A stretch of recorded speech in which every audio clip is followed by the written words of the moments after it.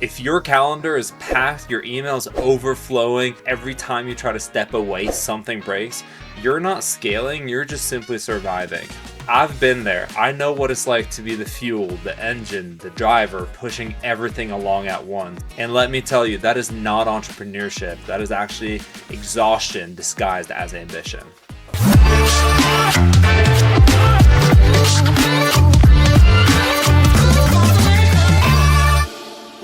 Here's the truth. Business owners and entrepreneurs, you don't scale by doing more, you scale by building leverage. And leverage, that starts with virtual assistants. In this video, I'll explain to you how virtual assistants will help you as a business owner and entrepreneur scale much faster and much smoother than you can ever imagine.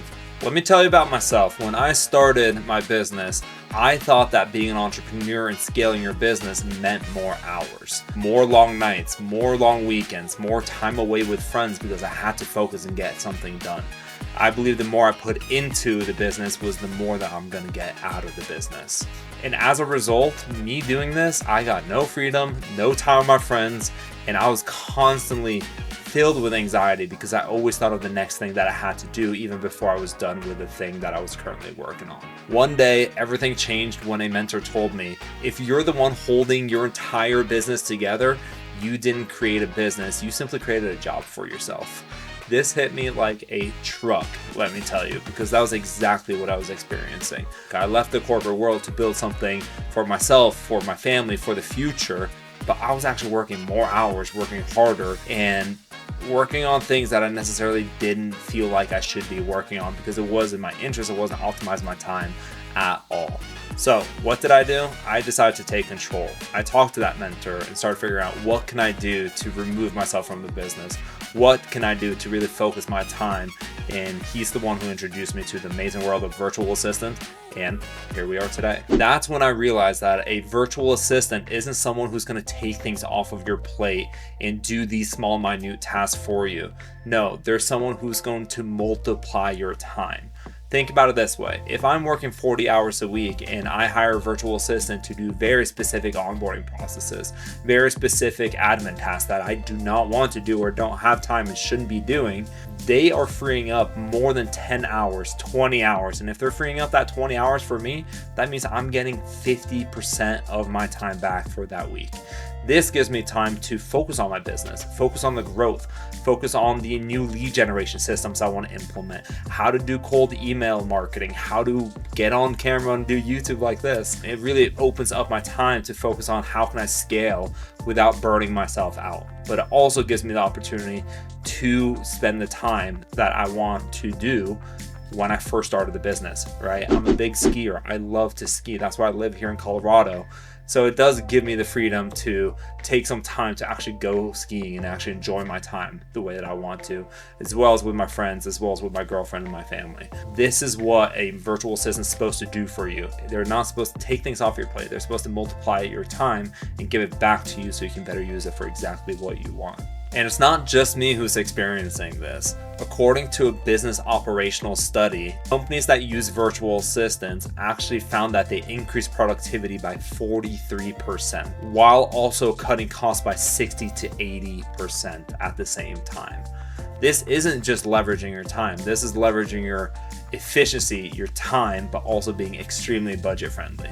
So a virtual assistant really allows you to buy that time back. You're probably questioning right now, what does that actually look like? I'll tell you what it looked like for me, and then I'll also tell you what I advise and recommend for our clients to do when they're getting on that first virtual assistant. When I first got my virtual assistant, I was busy and stuck in doing really everything for the real estate team that I was scaling at the time. I was doing onboarding, I was setting up their CRMs, I was doing training at the same time. I was also teaching them how to communicate with clients. I was doing all of the back end work as well as starting to set up their social media and their marketing so they can begin generating some leads as well. What did I do? I started realizing this is taking up way too much of my time because I can't focus on actually scaling and actually bringing on new agents and bringing on more deals for my company and my team. I started to systematize all of it. What am I doing when it does come to onboarding new clients? What is the step 1, 2, 3, 4, 5, 6? And I also had a virtual assistant help me build out those SOPs. So as soon as I realized they were doing things exactly how I would do it, I started realizing like, yes, I can trust them because they are doing things the way that I would do things. So I started not even thinking about it. I started letting them do it, and I actually got to sit back and get my time back to focus on the things that I needed to focus on. With my clients, I always recommend saying, what is currently taking up your time? Let's not start thinking about a new project that we're working on or something new that we want to implement into the business. Great, we'll get there. We'll have your virtual assistant help with that too, because they're absolutely fantastic at opening up new channels that you've only dreamt of implementing into your business. But the first thing we need to do is, and I'll talk about it in a little bit here, so stay tuned. It's going to be the 3 levers of what a virtual assistant can really pull on and give for you. But we really need to get your time back. That's what we need to focus on, because you're the one who needs to grow this business. A virtual assistant won't grow this business for you while you're doing the day-to-day. Get rid of that day-to-day so you can focus on how to grow your business. A little exercise, and comment down below what you guys found in your business. Ask yourself the question, if you're doing a time study today and this whole entire week, what are you currently doing that you simply should not be doing? You're sitting there doing it and you're just thinking, I shouldn't be doing this. Comment down below, let me know, but also go in the link down below, book a time with me. I would love to chat and kind of help you identify those things, kind of help you along on this virtual assistant journey. So I'm here to be a resource for you. So click the link, book that call, and also hit the subscribe button, all that good stuff while we're at it. But right now, let's talk about the 3 things that a virtual assistant can pull as a lever for you as a business owner. So the first thing is kind of everything that I've been alluding to right now, is time leverage. Let's say onboarding and those operational things that we were talking about. Give those away to someone else. Your time needs to be spent somewhere else as a business owner. I was talking to a roofing company the other day. They're doing fantastic. They're doing great. They're getting jobs in. They're working They're working really hard. They have multiple things going on. But what gets left behind, right, for the business owner? He was trying to follow up on estimate follow-ups. He was trying to follow up on past due invoices, trying to collect that money in. But that's what fell behind because there's new business taking over and looking to do. So he has so much money sitting in account receivables, so many opportunities that he's just simply not following up on. We need to leverage his time. So what we did is we took a virtual assistant, plugged it in. We wrote the script. We wrote what, the SOP and what we wanted the virtual assistant to focus on. And that virtual assistant is absolutely crushing it.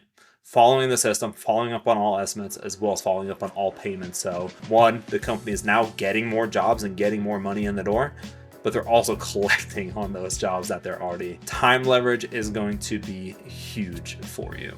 The second leverage I want to talk about is really focus leverage. I've talked a little bit about the past, and I'm going to have a whole separate video of this coming up, but it's really about task switching and what that does for you mentally as a business owner. If I'm doing emails and then a Slack message pings up and then I get a client call about a work and then a contractor needs me to follow up on this estimate or review it for them, right? I'm switching all of the time. I don't have time to focus on everything. We simply can't focus like that as business owners. We need to be very structural and intentional about our time. So getting a virtual assistant allows you to push that aside to really actually start following those time blocks that you probably set January 1st as a New Year resolution about, hey, I need to be focused and really get that. A virtual assistant will give that to you. The third leverage I want to talk about is system leverage and SOP leverage. One huge factor about building a business is everything's in the owner's head, right? And the owners and the general managers, it's all in their head. We need to get that down on paper. We need to create systems and SOPs that your team can properly follow so you can actually scale much easier and much better, right? If you, as a business owner, if you have to train and teach everyone what to do on how to collect the payment, you're also wasting your time, right? Do that once. Create a system. Step 1, step 2, step 3, step 4, step 5. And I'll have another video coming up, or I think I actually already did, on how to create those SOPs. Click up here or somewhere. It's important for you to let someone else do it and create that system with you on exactly how you did it. Because then when you're ready to plug in a new virtual assistant or a new team member, you already have that training set in place. So now you don't need to take your time to train that next person who's going to come onto your team and really help you scale and grow. The systems is going to help you scale and is going to help, you're scaling your business using systems and also getting even more of your time back. Good news, your virtual assistant can also and will also help you build these SOPs so you can actually have a fully functional, documented business and exactly a handover handbook to new employees on how it's run and what to expect. So there we go. You can now understand the amazing things that a virtual assistant can really do for you. Last thing I want to touch on is, why do business owners delay and hesitate this step? The number one reason I've seen with all of the business owners that I talk to is they know this is something they have to do. They know this is something they want to do. But what's really delaying them is they have the feeling that they need to have everything in place before bringing on a virtual assistant. And I really want to emphasize this. That is completely false. I actually recommend the total opposite. Not total opposite, but the opposite. Bringing in a virtual assistant when you're starting to go on this journey. When you are starting to build these SOPs, when you're starting to look at your time study, you should have a virtual assistant there with you so they can see what you have been doing and what you want to get off your plate. They can be there to help you build those SOPs and actually train and understand them while you're building them together. Instead of you building them all and spending 6 months building it, not wasting your time, doing great work, but then you're still going to spend another month training that virtual assistant on exactly how to do it. Why not spend 3 months with a virtual assistant, build it, train it at the same time, and take those projects and begin offloading it off your plate? The faster we can get your time back, the faster we can give you leverage, the faster you can feel relief, the much more happier in your business and much more successful scaling you will ever have. The one thing I want to offer you is, let's do a time study. That's the next step I would recommend for right now. So in the description down below, I'll include a time study sheet that you can download and a little exercise that you can start filling out on your own to really identify where is time being spent, where is time that you shouldn't be spending, and what are tasks that you need to keep for yourself and what are tasks that you need to be offloading. But it's a great understanding about, okay, you know what, with 20 hours of virtual assistant, I could expect to hand all of this over and I would feel so much relief in my personal life as well as my business. So grab that sheet down below. As I mentioned earlier, you can also book that one-on-one strategy session with me. I would love to hear what you're going through as a business owner. I am big into systems and operations, so I like collecting all the data and understand everything. So book that time with me. Let's have a conversation. Let's chat. But in the meantime, that's it for this video. Click the like, click the subscribe, comment down below what's going on in your life, and I'll see you in the next video in this series. So scale smart, scale faster, use virtual assistants. I'll talk to you soon.